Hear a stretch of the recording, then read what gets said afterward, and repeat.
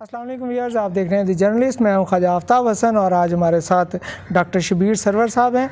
Doctor Shabir server का ताल्लुक़ Punjab university के शोबा तदरीस से है, लेकिन ये इसके अलावा भी इंतज़ामी अमूर को भी बहुत बेहतर जानते हैं। और जो आज की नशिस्त का मकसद है वो मैं आपको बताता चलूँ कि जैसा कि आप जानते हैं कि पाकिस्तान में भर्तियों के हवाले से, मेरिट की धज्जियों के हवाले से हम बहुत ज़्यादा ज़िक्र सुनने में आया है। और जब तालीमी इदारों में, दरसगाहों में और ऐसी दरसगाहों में जिनका पहचान हो सारी दुनिया में, वहाँ पे आप मेरिट से हट के जब भर्तियाँ करेंगे और ऐसे असातिज़ा को जो मेरिट पे पूरे नहीं आते, जब उनको अपॉइंट किया जाएगा तो यकीनन ना सिर्फ म्यार तालीम भी गिरेगा, बल्कि बहुत सारे जो वहाँ पे आप पहले से मौजूद असातिज़ा हैं उनका इस्तेसाल भी होगा। और अभी इसी हवाले से हम बात करेंगे। और शबीर सरवर के बारे में ये क्यों ये ज़िक्र हो रहा है, मैं शबीर सरवर साहब से ही बात करूँगा। शबीर साहब अस्सलाम वालेकुम, कैसे हैं आप? ठीक है। हमारे व्यूअर्स को थोड़ा सा ये जो मैंने एक पेश लफ्ज़ सा बांधा है, इसके बैकग्राउंड तो बताइएगा। बड़ी ख़बरें भी चली और बड़ी इस पर ले दे भी हुई, आप तो सीधा अदालत में ही जा पहुँचे, तो मामला था क्या असल में? जी, पहले तो बहुत शुक्रिया ख्वाजा आफ्ताब साहब, माशाल्लाह आप एक सीनियर सहाफ़ी हैं और हम आपको देख रहे हैं कि इतने सालों से आप इतनी मेहनत कर रहे हैं और अपना चैनल भी चला रहे हैं और इसके अलावा वेबसाइट भी चला रहे हैं। और मैंने देखा बड़े ज़बरदस्त मौज़ूआत हैं आपकी वेबसाइट के ऊपर, तो ये बड़ा ज़बरदस्त बड़ी आप कंट्रीब्यूट कर रहे हैं और आप PUJ में भी नुमायाँ खिदमत आपने सर अंजाम दी हैं, तो बहुत शुक्रिया। तो पहले तो आपने ये जो कहा ना कि आप एकदम से ही अदालत में चले गए, तो उसका मैं फौरी रिस्पॉन्ड करना चाहूँगा कि मैं एकदम से नहीं गया, बल्कि मैंने जैसे जैसे मैंने देखा कि कुछ वायलेशन हो रही है और कुछ इसमें इर्रेगुलरिटीज़ हैं, तो मैंने उनकी साथ साथ उसी वक्त निशानदही करवाई। ठीक। यानी कि वाइस चांसलर साहब को मैंने कोई 3 दरख्वास्तें दी जिसमें मैंने बताया कि ये इर्रेगुलरिटीज़ हो रही हैं और आप जो हैं इसकी तस्दीक़ फरमाएँ और इस तरफ तवज्जो लें। इससे हमारी कितनी बड़ी यूनिवर्सिटी है, नाम ख़राब होता है और मैं नहीं चाहता कि मैं इसको ज़्यादा हाईलाइट करूं। दुरुस्त। लेकिन जब वाइस चांसलर साहब ने उसमें जो क्या कहते हैं सर्द मोहरी मतलब उस पर दिखाई और उस पर कोई एक्शन नहीं लिया, तो इस दौरान फिर दूसरे मेरे पास जो फ़ोरम था वो मेरे पास चांसलर था, गवर्नर हैं वो हमारे चांसलर हैं, तो मैंने उनको भी रिप्रेजेंटेशन भेजी कि सर इस तरह से ये नाइंसाफ़ी हो रही है, तो आप इसका नोटिस लें।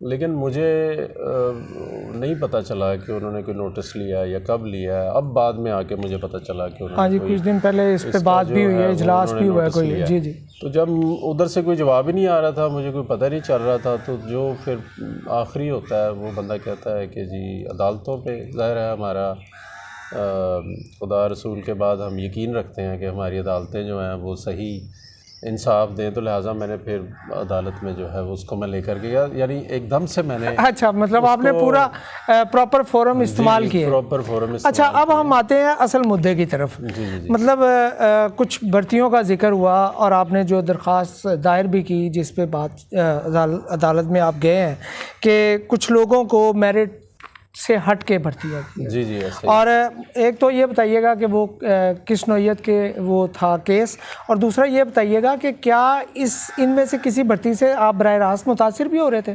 जी बिल्कुल, मैं इसमें बराह रास्त मुतासिर हुआ हूँ, बल्कि अच्छा। वो भी रहा हूँ। उसमें यह है कि एक इश्तहार है यूनिवर्सिटी की तरफ से जिसकी आखिरी तारीख़ थी 26 मार्च। अच्छा। और वो प्रोफेसर का इश्तहार था और वो हमारे यहाँ एक चेयर है मौलाना ज़फ़र अली ख़ान चेयर, तो आपको पता है कि ज़फ़र अली साहब, जी उनका प्रिंट मीडिया में एक नाम है और मतलब वो ज़बरदस्त एक रेवोल्यूशनरी जर्नलिस्ट है, तो उनके नाम पे वो चेयर खाली थी काफ़ी अरसे से, तो इसका ऐड दिया गया जिस पे हमने अप्लाई कर दिया। अब वो इश्तहार की जो लास्ट डेट थी वो 26 मार्च, लेकिन उसके ऐड की तारीख़ ख़त्म होने से एक दिन पहले यानी कि 25 मार्च को एक कोरिजेंडम दिया गया। कोरिजेंडम जो है वो एक अज़ाफ़ी इश्तहार होता है जो कि निस्बतन कम साइज़ में लगाया जाता है, और उसमें ये कहा गया कि जी एक सीट जो है प्रोफेसर ऑफ कम्युनिकेशन स्टडीज़ की भी हम फ़लाँ इश्तहार के तहत ये भी जारी करते हैं, और अब हम इसकी तारीख़ जो है ना वो कुछ 6 दिन के लिए बढ़ा रहे हैं, यानी 30 मार्च तक कर दी। तो अब इसमें यहाँ पर एक बड़ी अनोमली है, यानी आम तौर पे प्रोफेसर और एसोसिएट प्रोफेसर के लिए जो 60 दिन दिए जाते हैं, यानी आप इश्तहार एडवर्टाइज़ करने ताकि लोग अप्लाई कर सकें, तो ये कैलेंडर के मुताबिक, यूनिवर्सिटी कवानीन के मुताबिक ऐसे ही चल रहा है अरसे दराज से कि लेक्चर मतलब तशहीर के बाद 60 दिन लेक्चरर और असिस्टेंट प्रोफेसर के लिए 30 दिन देते हैं और एसोसिएट प्रोफेसर और प्रोफेसर के लिए 60 दिन। लेकिन इसका आप देखेंगे अब 6 दिन दिए गए सिर्फ, और उन 6 दिन में भी एक हफ्ता इतवार निकाल दे तो 4 वर्किंग डेज दिए। बिल्कुल। तो यही पहला उसमें पॉइंट है जिस पर फिर कम लोगों ने ज़ाहिर है अप्लाई किया, वो टाइम नहीं मिला लोगों को नवाजना था, मतलब वो करना था ताकि कंटेस्टेंट जो है वो कम से कम आए, हेल्दी कंपटीशन ना हो, लेवल प्लेइंग फील्ड ही ना मिले, और जिनको हमने करना है वो करें। एक तो इसमें ये किया। फिर एक जो है एक बड़ा पुराना कानून चल रहा है कि रेफरीज़ की एक लिस्ट जो है वो तैयार होती है, और वो HR डिपार्टमेंट की तरफ से एक लेटर भेजा गया और उसमें ये कहा गया कि जी आप रेफरीज़ की एक लिस्ट भेजें डायरेक्टर साहिबा को, जो हमारे स्कूल के डायरेक्टर साहिबा। तो उन्होंने उस लिस्ट को तैयार करवाना था, ठीक है ना। तो अब उन्होंने उसमें उनके जो है वो भाई वो भी उम्मीदवार थे, तो असूली तौर पे ये बनता था कि वो उससे साइड पे हो जाती, बिल्कुल, या वो अपनी जगह बिल्कुल ठीक तैयार ना करवाती और किसी और को कह देती कि मेरे क्योंकि इसमें वो आ रहा है तो आप किसी और से, क्योंकि उसमें गैर जानबदारी का तो यही तकाज़ा अप्लाई कर सकें, ठीक है जी।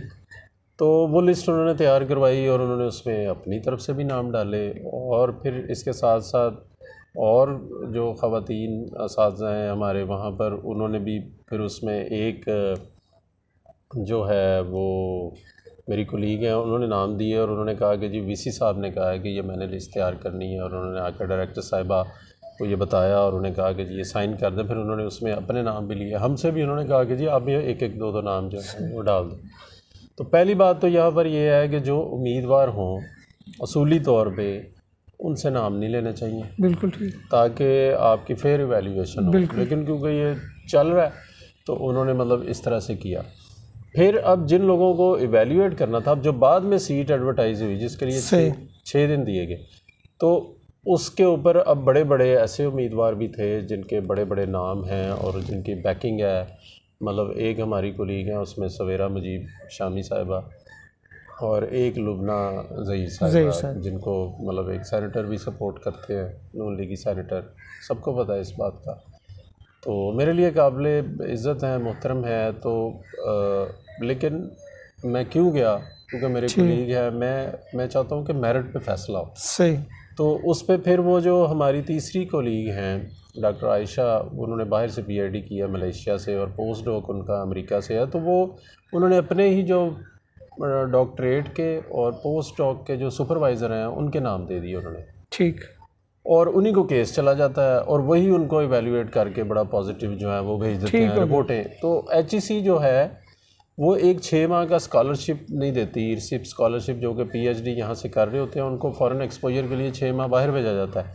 तो उसके अंदर कंडीशन में लिखा हुआ है कि अगर फ़ॉरेन सुपरवाइज़र जिसके लेटर पे हम आपको बाहर भेज रहे हैं, जो आपको इनवाइट कर रहा है, अगर वो आपके लोकल PID सुपरवाइज़र का एक्स सुपरवाइज़र है, तब हम उस पर आपको स्कॉलरशिप नहीं देंगे। यानी आपके सुपरवाइज़र के लेटर के ऊपर जो है हम आपको नहीं देंगे। तो यहाँ आप देखें प्रोफेसर की तैनाती हो जाती है कि सुपरवाइज़र इवैल्यूएट करते हैं और वो रिपोर्टें अच्छी भेजते हैं और उस पर तैनाती हो जाती है। असल मुद्दा भी यही है। जी, असल मुद्दा भी यही है, उनके चला जाता है। और दूसरी तरफ जो कि दूसरी चेयर थी मौलाना ज़फ़र अली ख़ान चेयर, उस पर मैडम ने क्योंकि वो नाम दिए हुए थे, तो वही 3 लोगों ने एवेल्यूएट किया। फ़ॉरेन रेफरीज़ हम उनको कहते हैं, उन्हीं तीनों फ़ॉरेन रेफरीज़ ने एवेल्यूएट किया जो कि मैडम साहिबा ने नाम दिए हुए थे। लिहाजा ज़ाहिर है उनके जो भाई हैं उन्हीं को फिर उन्होंने जो है वो नंबर 1 ज़ाहिर है, जब आपके अपने लोग बैठे हैं तो वो ज़ाहिर करेंगे। उसके बाद फिर मैंने इस पे मतलब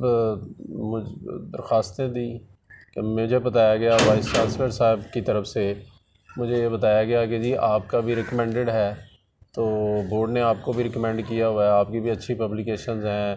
क्योंकि उनसे बात हुई तो मेरी जो फर्स्ट ऑथर पब्लिकेशंस हैं वो भी सबसे ज़्यादा है, ठीक है जी। मेरी 20 थी, 15 टोटल पेपर रिक्वायर होते हैं, तो मेरी 21st ऑथर पब्लिकेशन, यानी कि उनका जो प्रिंसिपल इन्वेस्टिगेटर या रिसर्चर है वो मैं हूँ, जबकि दूसरों का देखें तो किसी की 17 है, किसी की 13 है, किसी की 11 उस म्यार पे भी पूरा नहीं उतरते। और प्रिंट मीडिया का जो एक्सपीरियंस था सबसे ज़्यादा वो आप ही का था, बिल्कुल मेरा ही था।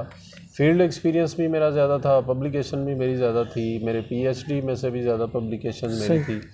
तो हर लिहाज से जो है वो ज़्यादती की गई और मुझे ये कहा गया कि जी आप एसोसिएट हो गए हैं, बस इसी पे इत्तेफाक करें और इसी पे करें। मैंने कहा नहीं जी, मैं तो कंटेस्टेंट था प्रोफेसर की पोस्ट के लिए, ठीक, तो उस पे करें और मेरा रिकमेंडेड भी है, लेकिन वो ऑर्डर्स जो हैं वो जारी नहीं किए गए, जिस पे फिर मैंने अपना जो है वो एहतजाज रिकॉर्ड कराया। तो अब केस अदालत में है जी, इस वक्त केस अदालत में है। तो आपको क्या लगता है कि देखिए, मुझे अपने जो मुल्क है उसकी अदालतों पे यकीन है। ये तो बिल्कुल सियासतदानों वाला जुमला बोल दिया। देखें, अदालतों पर देखें, जब दो लोगों के दरमियान लड़ाई होती है या कोई होता है तो बंदा क्या कहता है, वो कहता है कि I will see you in the court. हाँ, ठीक। तो मैंने शुरू में बात की कि खुदा रसूल के बाद आप जो फैसला आपके हक में ना आया, फिर भी ये यकीन कायम रहेगा। फैसला हक में नहीं आता तो आगे देखें, उसके बाद फिर डबल बेंच भी है, अपील में भी जा सकते हैं, अपील में भी जा सकते हैं। अच्छा शबीर साहब, एक यहीं पे बात थी कि अभी कुछ दिन पहले गवर्नर साहब ने भी इस हवाले से, आपने उनको भी अपनी केस भेजा और उन्होंने भी एक तकरीब में बाकायदा इस हवाले से उन्होंने एतराफ़ किया कि ये गड़बड़ हुई है। तो अब क्या उसके बाद भी यूनिवर्सिटी की तरफ से कोई इस पे तवज्जो नहीं दी गई? जी, अभी तक मेरे नोटिस में नहीं या उन्होंने गवर्नर के बाद ज़्यादा कोशिशें शुरू कर दी होंगी, गवर्नर साहब ये क्या कह दिए? जी, क्योंकि आपके चांसलर तो वही हैं। मुझे बल्कि किसी दोस्त ने मुझे भेजा और मैंने एक जर्नलिस्ट ग्रुप में भी उसको देखा, तो वो वीडियो लगी हुई है, गवर्नर साहब की वीडियो लगी हुई है और उस पर वो बयान भी है, उन्होंने कहा है। मैंने उसको देखा तो फिर मैंने देखा कि हाँ यार, ये तो रिसेंटली जो केस पीछे चल रहा है वो तो मेरा ही चल रहा है। मैंने ये चैलेंज किया हुआ है, गवर्नर साहब को रिप्रेजेंटेशन भी दी, उधर से उन्हें नोटिस भी आया हुआ है कोर्ट की तरफ से, तो ये मेरा ही मामला है। तो मैंने बड़ा उस पर एनकरेज फील किया कि हाँ चलें, गवर्नर साहब इस पर जो है अगर इसको देख रहे हैं कि वाकई ये कानून जो है वो गलत है और ऐसा नहीं होना चाहिए, तो ये तो बड़ा अच्छा है। मुझे उससे बड़ी हौसला अफजाई हुई। तो अब मैं उम्मीद करता हूँ कि गवर्नर साहब इस पे जो है वो बुलाएंगे इंशाल्लाह ताला। ज़ाहिर है मेरिट का मामला भी है। अच्छा, एक बात मैं ज़ाहिर है वो जो जिन लोगों के ख़िलाफ़ आप अदालत में उनकी भर्ती के ख़िलाफ़ गए हैं वो अब आपके कोलीग भी हैं, तो उनसे मुलाकात तो रहती होगी? उनसे देखिए एक कोलीग से मेरी मुलाकात हुई है अभी मीटिंग में। हम ज़ाहिर है प्रोफेशनल एक रिलेशनशिप तो होता है, तो मेरी तरफ से तो ज़ाहिर है ये एक इंसाफ के लिए एक हक उनकी तरफ से क्या था? मेरा ज़ाती तौर से उनसे कोई मुखालफत नहीं है, उनकी तरफ से भी कोई, उन्होंने भी कोई इस मौजू पे बात नहीं की, मैंने भी कोई इस मौजू पे बात नहीं की। हम मीटिंग में बैठे, नाराज़गी वगैरह तो नज़र नहीं आई? मीटिंग में हम बैठे थे, बातचीत भी हुई, मतलब सलाम भी हुआ, ठीक, लेकिन कोई ऐसा नहीं। ज़ाहिर है एक आप प्रोफेशनल एक रिलेशनशिप है वो तो रहना चाहिए। अच्छा, एक आखिरी बात जो मैं आपसे पूछना चाहता हूँ कि आपने जिस इश्तिहार की बात की, जिस बुनियाद पे ये सब कुछ हुआ, जो पंजाब यूनिवर्सिटी की तरफ से जारी किया गया, आपको क्या लगता है कि उसमें कौन लोग इन्वॉल्व हो सकते हैं? सर, होता है ऐसे है कि लोग अगर कहीं ना कहीं तो ये था प्लान था, जैसा कि सरकारी दफ्तरों में होता है, लोग कहते हैं कि ये सीट मैंने करवाई है, मेरे लिए है, ये अनाउंस हुई है। मतलब होता ये है कि पहले फिक्सिंग करने की कोशिश की जाती है, लोग पहले ही उनको पता होता है इन लोगों को हमने रखना है, ये करना है, तो उसके लिए किया जाता है। तो इस तरह का शायद कुछ जहन में हो, लेकिन बहरहाल उसका जब इश्तहार आ जाता है तो लोग अप्लाई तो करते हैं। तो वो हमने अप्लाई भी किया और वो 6 दिन होने की वजह से उसमें उम्मीदवार बड़े कम थे। वो जाहिर है उसमें 4 उम्मीदवार यानी कि आए, सामने आ सके, वो भी आप चूंकि मैदान में पहले से थे। जी 4 उसमें, वरना ये भी हो सकता था वही 3 होते। जी जबकि दूसरी तरफ जो कि मौलाना जफर अली चेयर थी, उस पर दरखास्तें इससे काफ़ी ज़्यादा है, क्योंकि टाइम मिला और उस पर कंपटीशन भी बिल्कुल ठीक था, पूरा ठीक हो गया। व्यूअर्स, आपने डॉक्टर शबीर सरवर की बातें सुनी। यकीनन मेरिट पे यकीन रखना कोई बुरी बात नहीं है, लेकिन पाकिस्तान में बिलखुसूस जॉब्स के हवाले से जो मेरिट की जिस तरह धज्जियाँ उड़ाई जाती हैं, पंजाब यूनिवर्सिटी में भी ऐसा एक वाक़या अभी रिसेंटली हुआ है। यकीनन अगर एक वाक़या अगर वो शबीर सरवर अपने हक़ के लिए खड़े ना होते तो शायद ये भी इसका कहीं जिक्र भी ना होता और ऐसा ही लगता कि जैसे यहाँ सब कुछ मेरिट पे हो रहा है। हम उम्मीद रखते हैं कि शबीर सरवर साहब को इंसाफ मिलेगा और इसके साथ साथ जो महकमा तालीम है वो इन ख़राबियों को और ख़ामियों को, जिनकी गवर्नर साहब ने एतराफ़ भी किया अपनी एक तकरीब में कि ये इशू है कि आपके फॉरेन रेफरीज जो हैं वो आपको अगर एवेल्यूएट करते हैं तो यकीनन उसकी वजह से मसाइल पैदा हो रहे हैं। तो इस उम्मीद के साथ कि पाकिस्तान में और ख़ास तौर पे पंजाब यूनिवर्सिटी में मेरिट की जो है साख बहाल होगी इस फैसले पे कि जिसके लिए जिस कोशिश में शबीर सरवर मैदान में है, और हम उम्मीद रखते हैं कि शबीर सरवर साहब पूरे हौसले के साथ इस लड़ाई को अपने मंतकी तक अंजाम तक पहुंचाएंगे। अपना बहुत ख्याल रखिएगा। अल्लाह निगहबान।